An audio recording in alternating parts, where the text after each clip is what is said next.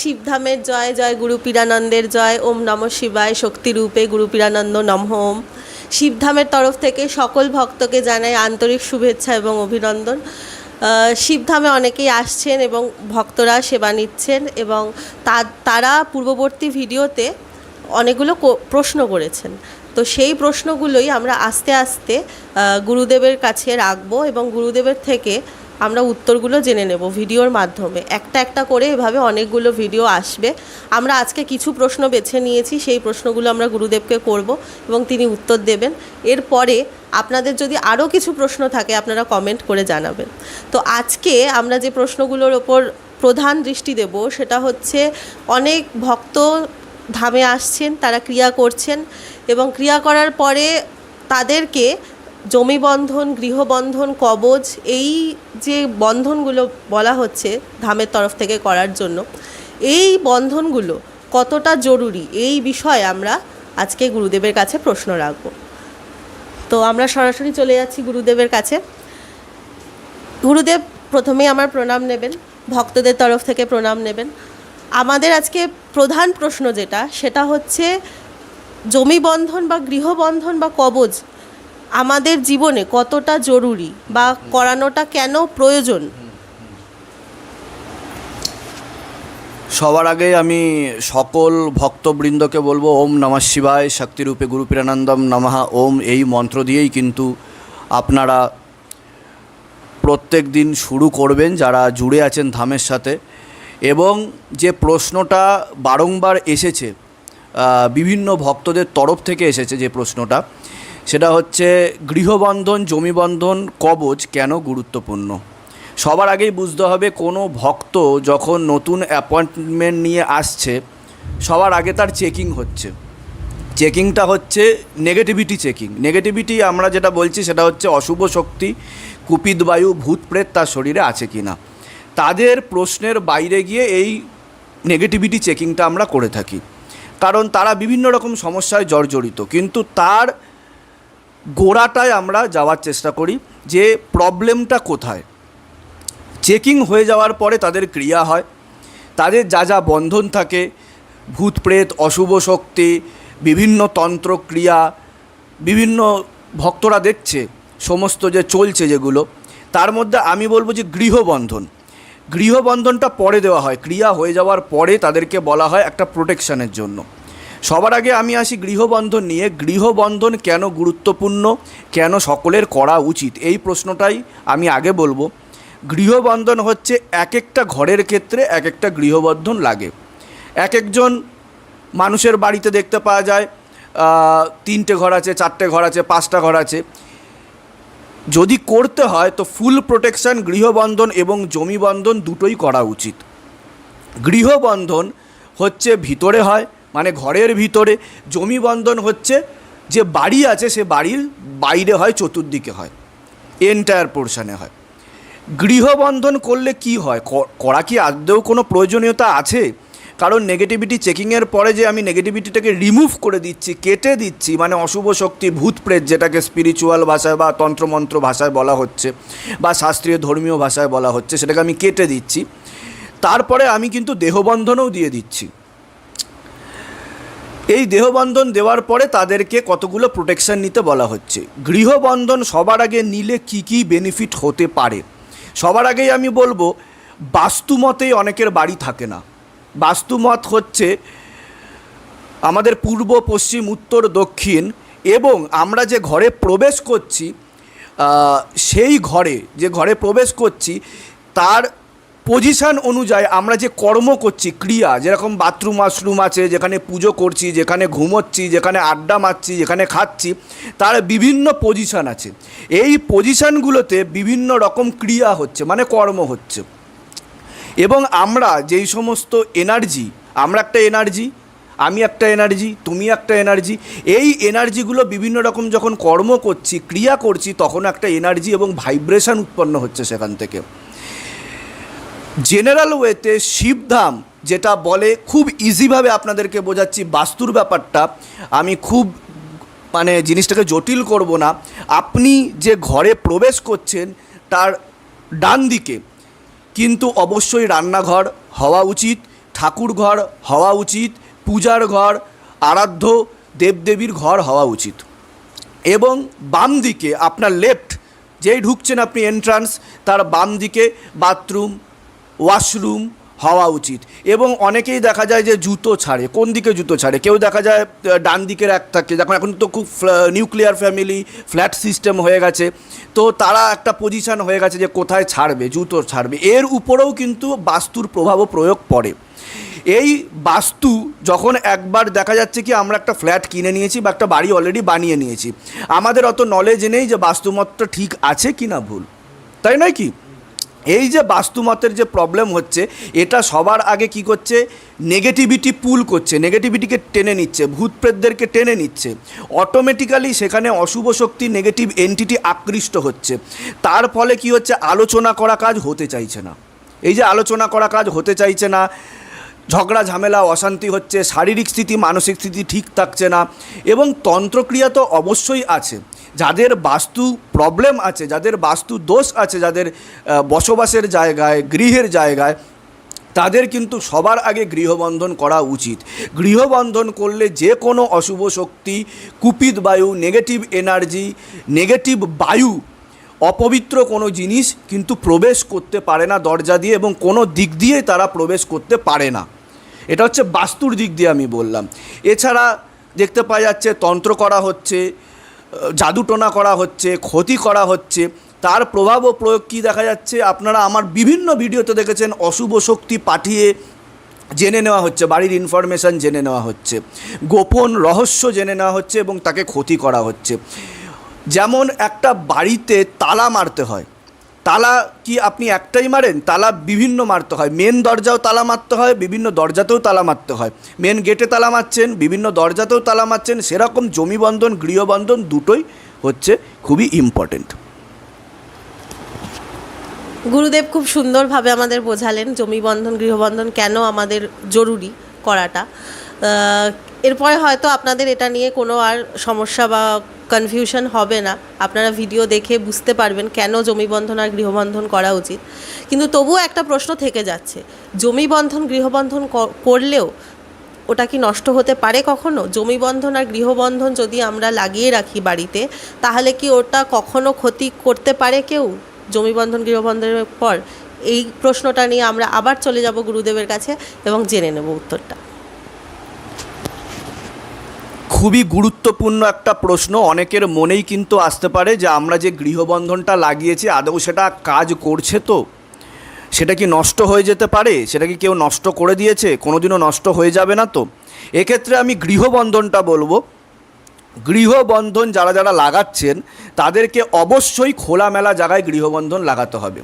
অর্থাৎ দেখা গেল আপনি এমন একটা জায়গায় লাগিয়েছেন সেটা হচ্ছে বদ্ধ, সেখানে হাওয়া বাতাস খেলছে না, খোলামেলা জায়গা না, এমনকি কোনো বাক্সে বা এমন কিছু কোনো ভিতরের দিকে, পিছনের দিকে আপনি লাগিয়ে রেখেছেন, তার ফলে তার যে প্রভাব ও প্রয়োগটা কিন্তু কম থাকে, সেটা কাজও কিন্তু কম করতে পারে। এর জন্য বলা হয় উঁচু জায়গায় আংটা, হুক বা পেরেকে লাল কাঠ দিয়ে বাঁধতে হবে, এবং খোলামেলা জায়গায় সেটা যদি ভিজিবল হয়, কেউ যদি দেখে, তাতে কোনো সমস্যা নেই। এক্ষেত্রে সবথেকে হাইলি অ্যাক্টিভ এটা তখনই থাকে যখন আপনি পূজা করছেন। 6টা থেকে 7টার মধ্যে কিন্তু আপনাকে ধূপকাঠি দেখাতে হয়, এটাকে প্রত্যহ প্রত্যেক দিন। এবার আরেকটা প্রশ্ন উঠে আসতে পারে, আমি যদি বাড়িতে না থাকি তাহলে কি করণীয়? সেক্ষেত্রে কিছু করণীয় নেই। আপনি যেখানে আছেন সেখান থেকেই আপনি মানসিক জপ করে স্মরণ করলেই হবে। যখন আপনি বাড়িতে থাকবেন তখনই ধূপ দেখালে হবে। কিন্তু বাড়িতে আপনি আছেন কিন্তু ধূপ দেখাচ্ছেন না, দিনের পর দিন সেরকমই পড়ে আছে, সেক্ষেত্রে দেখতে পাওয়া যায় কি অশুভ শক্তি, খুব পাওয়ারফুল অশুভ শক্তি বা কোনো তান্ত্রিকের দ্বারা গৃহবন্ধন নষ্ট হয়ে যেতে পারে। যদি দীর্ঘদিন ধরে, কয়েক বছর ধরে আপনি ধূপ দেখাচ্ছেন না, তাকে আপনি পূজা করছেন না, কারণ সেই শক্তিগুলো কাজ করছে আপনার গৃহে। কি শক্তি কাজ করছে? শিবধামের শক্তি কাজ করছে, আপনাকে প্রোটেকশান দিচ্ছে। অবশ্যই তাদেরকে আপনাকে শ্রদ্ধা করতে হবে, ডিভোশন দিতে হবে, ভক্তি দিতে হবে। আরেকটা ভেরি ইম্পর্টেন্ট, সেটা হচ্ছে যখন আপনি ঘর পরিষ্কার করবেন, এই ঘর পরিষ্কার করার সময় খুব সাবধানতা অবলম্বন আপনাদেরকে করতে হবে। কোনো ঝাঁটার বাড়ি যেন সেখানে না লাগে। আপনাকে সেক্ষেত্রে করতে হবে একটা স্নান করে উঠে পরিষ্কার বস্ত্র পরে আপনি সেখানে একটা কাগজ, পরিষ্কার কাগজে গঙ্গার জল ছিটিয়ে আপনি সেটা যদি ঝুল লেগে থাকে, ময়লা লেগে থাকে, আস্তে আস্তে আপনি পরিষ্কার করে নিতে পারেন। সেক্ষেত্রে গৃহবন্ধন কোনোদিনও নষ্ট হবে না। হ্যাঁ, আমি যেগুলো বললাম সেই বিষয়গুলো কিন্তু গৃহবন্ধনের ক্ষেত্রে মেনে নিতে হবে আপনাদেরকে, সেগুলো অবশ্যই করতে হবে। জমি বন্ধনের ব্যাপারে আমি বলবো যে জমি বন্ধন একবার যদি আপনার নিয়ম বিধি মেনে ঠিকভাবে পোতা হয়, কোনো দিনও নষ্ট হয় না জমি বন্ধন, কোনো দিনও নষ্ট হবে না। কোনো তান্ত্রিক, কোনো অশুভ শক্তি সেটা যতই পাওয়ারফুল হোক না কেন, জমি বন্ধন নষ্ট হয় না। কিন্তু গৃহবন্ধনে কিছু নিয়মবিধি আছে যেগুলো মানতে হবে, সেগুলো যদি আপনি ঠিকঠাক মতো না মানেন তাহলে কিন্তু একটা সম্ভাবনা থেকেই যায় যে তার পাওয়ার কমে গেল, বা সেটা ঠিকঠাক মতো কাজ করছে না, বা বাই চান্স কেউ ইচ্ছাকৃতভাবে সেটাকে নষ্ট করে দিল, সেটাও হতে পারে। ঠিক আছে, আশা করি আপনারা সকলেই বুঝতে পেরেছেন গৃহবন্ধন এবং জমি বন্ধনের ক্ষেত্রে আমাদের কি কি বিষয় মাথায় রেখে চলতে হবে। গৃহবন্ধনের ক্ষেত্রে যেই যেই নিয়মগুলো বলা হয়েছে সেগুলো কিন্তু না মানলে আপনাদের পক্ষেও অসুবিধা হবে এবং গৃহবন্ধন পরিবর্তন করতে হতে পারে। তো এরপরে আমার আরেকটা প্রশ্ন আছে গুরুদেবের কাছে, সেটা হচ্ছে কবচ। কবচ যেটা আমরা ধারণ করি, আমাদের অনেক সময় প্রশ্ন থাকে, মানে ভক্তদের অনেক সময় প্রশ্ন থাকে যে কবচ ধারণ করার পরে আমি যদি কোনো মৃতদেহকে ছুঁই অথবা মৃতদেহর সাথে যাই বা কোনো অসৌচ বাড়িতে যাই, তাহলে কি কবচ যে আমাকে প্রোটেকশনটা দিচ্ছে সেটা কি নষ্ট হয়ে যেতে পারে? তো এই বিষয়ে আমরা গুরুদেবের কাছে একটু জেনে নেব। অবশ্যই বহু ভক্ত আমাকে ধামে এসেও কিন্তু এই প্রশ্নটা করেছে, কারণ ইদানিং দেখতে পাওয়া যাচ্ছে যে কবচের সংখ্যা খুব বৃদ্ধি পাচ্ছে এবং কবচ সবাই ধারণ করতে চাইছে। তার কারণ তারা মনে করছে যে আমরা ঘরের বাইরে তো আমাদেরকে বেরোতেই হচ্ছে, আমরা ডেইলি কোনো না কোনো কাজের কারণে বাইরে বেরোতে হচ্ছে, সেখানে তো আমাদের কোনো প্রোটেকশান নেই। সবার আগেই আমি বলবো আপনাদেরকে ক্রিয়া করানো হয়। আপনাদের যদি কোনো রকম নেগেটিভ সমস্যা থাকে, ক্রিয়া করেই কিন্তু ধাম থেকেই দেহবন্ধন দিয়ে দেওয়া হয়। দেহবন্ধনটা হাতে বেঁধে দেওয়া হয় এবং দেহবন্ধনের সাথে আপনাকে শুভ শক্তির দূত প্রদান করা হয় যা আপনাকে রক্ষা করে। তাহলে আমরা কবচ কেন নেব? এর কারণ হচ্ছে আপনার দেহবন্ধনটা বিভিন্ন কারণে নষ্ট হয়ে যেতে পারে। আপনি কোনো একটা খারাপ জায়গায় গেলেন যেখানে নেগেটিভ ভাইব্রেশন বেশি কাজ করছে, আপনি বেশি মানসিক জপ করেন না, আপনার ডিভোশন লেভেল সেটা ততটা নেই, এবং আপনাকে যেগুলো যেগুলো করতে বলা হচ্ছে আপনি ঠিকভাবে মেনে করতে পারছেন না ব্যস্ততার কারণে। সেই কারণে কিন্তু আপনার পিছন থেকে দুধ চলে যেতে পারে, বা আপনার কিছু ভুলের কারণেও দুধ চলে যেতে পারে। কারণ আপনি কোনো অসৌচ বাড়িতে চলে গেলেন, কোনো জেনারেলি নষ্ট হয় না, কিন্তু কেউ ক্ষতি করার চেষ্টা করলে কোনো পাওয়ারফুল শক্তি কিন্তু অনেক সময় ক্ষতি করে নষ্ট করে দিতে পারে বিভিন্ন রকম মাধ্যমে।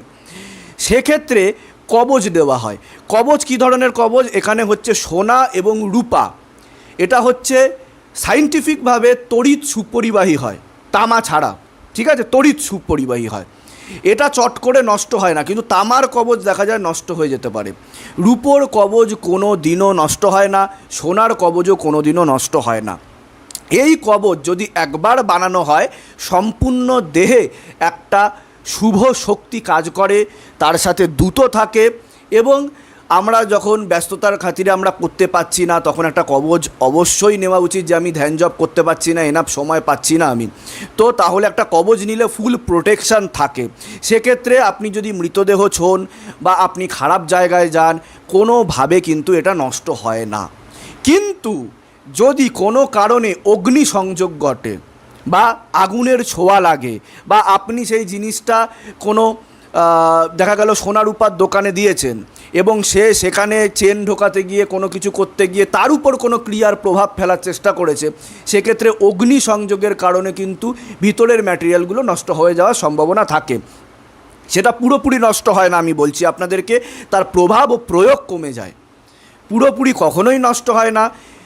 আপনি একটা কাজ করতে পারেন যে 3 মাস অন্তর অন্তর সোমবার দিনকে বা শুক্রবার দিনকে যে কোনো শিব মন্দির থেকে আপনি নাম গোত্র বয়স দিয়ে পুরোহিতের কাছ থেকে, পূজারীর কাছ থেকে শোধন করিয়ে নিতে পারেন। এর ফলে সেটা রিঅ্যাক্টিভ হয়ে যাবে। এটা কোনোদিনও নষ্ট হয় না, কোনোদিনও নষ্ট হবেও না, সে ব্যাপারে আপনারা নিঃসন্দেহে থাকতে পারেন। ব্যাস, এতটুকুই বলার। একদম আমরা ভিডিওর শেষ পর্যায়ে এসে পৌঁছেছি। তবুও আমার একটা খুব ছোট্ট প্রশ্ন রয়েছে গুরুদেবের কাছে, যে আমাদের এখানে যারা ক্রিয়া করে চলে যাচ্ছেন তাদের তো অনেক প্রশ্নই থাকছে ভিডিওর মধ্যে, আমরা এত প্রশ্নের উত্তর দিতে পারছি না, কিন্তু আর একটা শেষ প্রশ্ন যেটা না করলেই নয়, ক্রিয়া করে চলে যাওয়ার পরে তাদের বাড়িতে গিয়ে কি কি নিয়ম পালন করা উচিত, এইটা যদি একটু গুরুদেব আমাদের আলোকপাত করেন তাহলে খুব ভালো হয়। অবশ্যই যেটা নর্মালভাবে বলা হয় যে যাদের অশুভ শক্তি থাকে, নেগেটিভ চেকিংয়ে ধরা পড়ে যে নর্মালভাবেও অশুভ শক্তি লাগতে পারে, এটা নর্মালভাবে হাওয়া বাতাসে লাগতে পারে, কুপিত বায়ুর প্রভাবেও কিন্তু আমাদের বিভিন্ন রোগ ব্যাধি হচ্ছে, এবং অশুভ শক্তি যেখানে যেখানে বসে সেখানেও কিন্তু একটা প্রভাবও প্রয়োগ পড়ে আমাদের যে স্থূল শরীর আছে তার উপর। তো আমরা যেরকমভাবে মেডিকেল ট্রিটমেন্ট নিই তার ফলে কি আমাদের একটা কোর্স করতে হয়, অ্যান্টিবায়োটিকের কোর্স, যেমন আমাদের একটা ধারাবাহিকভাবে সেটা নিয়ে যেতে হয়। এটা খুব টাফ কোনো ব্যাপার না, একটা মানসিক জপ আছে যেটা মহামন্ত্র সমতুল্য, আপনারা হয়তো সকলেই জানেন, অনেকে কমেন্টও করেন, ওম নমঃ শিবায় শক্তিরূপে গুরুপীরানন্দম নমঃ ওম। এই মন্ত্রটা আপনারা যত বেশি সম্ভব জপ করার চেষ্টা করবেন, যদি খুব নাই পারেন তাহলে 108 বার করার চেষ্টা করবেন ঘুমোতে যাওয়ার আগে এবং ঘুম থেকে উঠে। এছাড়া 9 দিন 3 নং 27 দিন জল খাওয়া ভালো হয়, সব ক্ষেত্রেই ভালো হয়। এবং যেগুলো বলা হচ্ছে, যেরকম কারোর শারীরিক কিছু সমস্যা থাকে সেখানে সর্ষের তেল আর কর্পূর পড়ে দেওয়া হয়। এবার ধামের ভিড়ের কারণে তো তারা আসতে পারে না, কিন্তু আমি একটা অখণ্ড জ্যোৎ দীপদান বিধি আমি সবাইকেই বলেছি, এটা এর আগেও আমার একটা ভিডিওতে যারা শিবধামে আসতে পারছেন না তাদের জন্য মেনশন করা হয়েছে, সেখানে বলা হয়েছে সেটা করলে কিন্তু তারা খুব ভালো উপকার পাবে, এবং সেটা কিন্তু ধামের তরফ থেকে বিশাল বড় একটা প্রাপ্তি হবে সমস্ত ভক্তদের। তো আমি এটাই বলবো যে আপনারা মানসিক জপ করুন, জল খান, আপনারা যে জলটা আপনারা পড়ছেন সেই জলটা খান, এবং অখণ্ড জ্যোৎ দীপদান বিধিটা আপনারা করে যান, আর সর্ষের তেল আর কর্পূর পড়ে নিয়ে গেলে সেটাও আপনারা করে যান। নিয়মবিধি আছে, সেই নিয়মবিধিগুলো মেনশন করা হচ্ছে, আপনারা দেখে নিন সেগুলো। আর কোনো যদি প্রশ্ন থাকে আপনি প্লিজ। ভক্তদের তরফ থেকে এই প্রশ্নগুলো আজকে আমরা এই ভিডিওর মাধ্যমে গুরুদেবের থেকে জানতে পারলাম। আপনাদেরকে অসংখ্য ধন্যবাদ সাথে থাকার জন্য। শিবধামের তরফ থেকে আমি কস্তুরী দাস আজকে এই ভিডিওটা শেষ করছি। ওম নমঃ শিবায় শক্তিরূপে গুরুপীরানন্দম নমঃ ওম। নমস্কার।